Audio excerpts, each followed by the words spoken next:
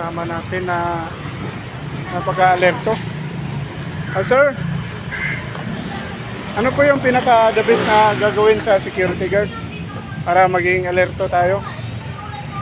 Number one dyan, dapat sa iuwan natin. Maging alerto tayo lagi kapag-message sa mga tao, lalo na doon sa village. Paano sir, pag walang ID sir, anong gagawin? Kung wala silang ID at lalo na sa mga katulong dyan, sa mga katulong na walang, lalo na sa mga construction, kung may ikuha naman tayo binibigay sa kanya, mga allowance, pag hindi na sila sumusunod, hindi natin sila papasukin, kaya yan ang mga SOP. Anong gagawin pag matigas ang ulo sir? Pag mangulit? Pag matigas yung ulo, idaan natin sa diplomasya pa rin. Siyempre, i-report natin sa admin na di na sila magawa na sila na violation na i-report lang natin, gawa natin ang report kasi idaan pa rin natin sa maximum tolerance, huwag natin idaan sa kamay natin kasi mahirap lang. Maximum tolerance pa rin. Sir, paano naman po yung yung mga nangyayari sa security guard na nadidisgrasya? Anong masasabi niyo dyan sir?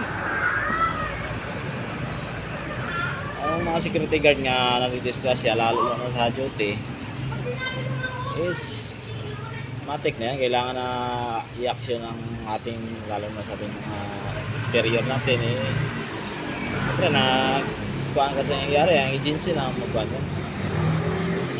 Bahala mag-action yan kung ano. Isang katanungan na lang sir, ano ba yung pinakagagawin para maiwasan yung mga disgrasya? Para maiwasan ang disgrasya, kung siyempre hindi natin maiwasan lalo na sa mga vehicle accident dito sa labas.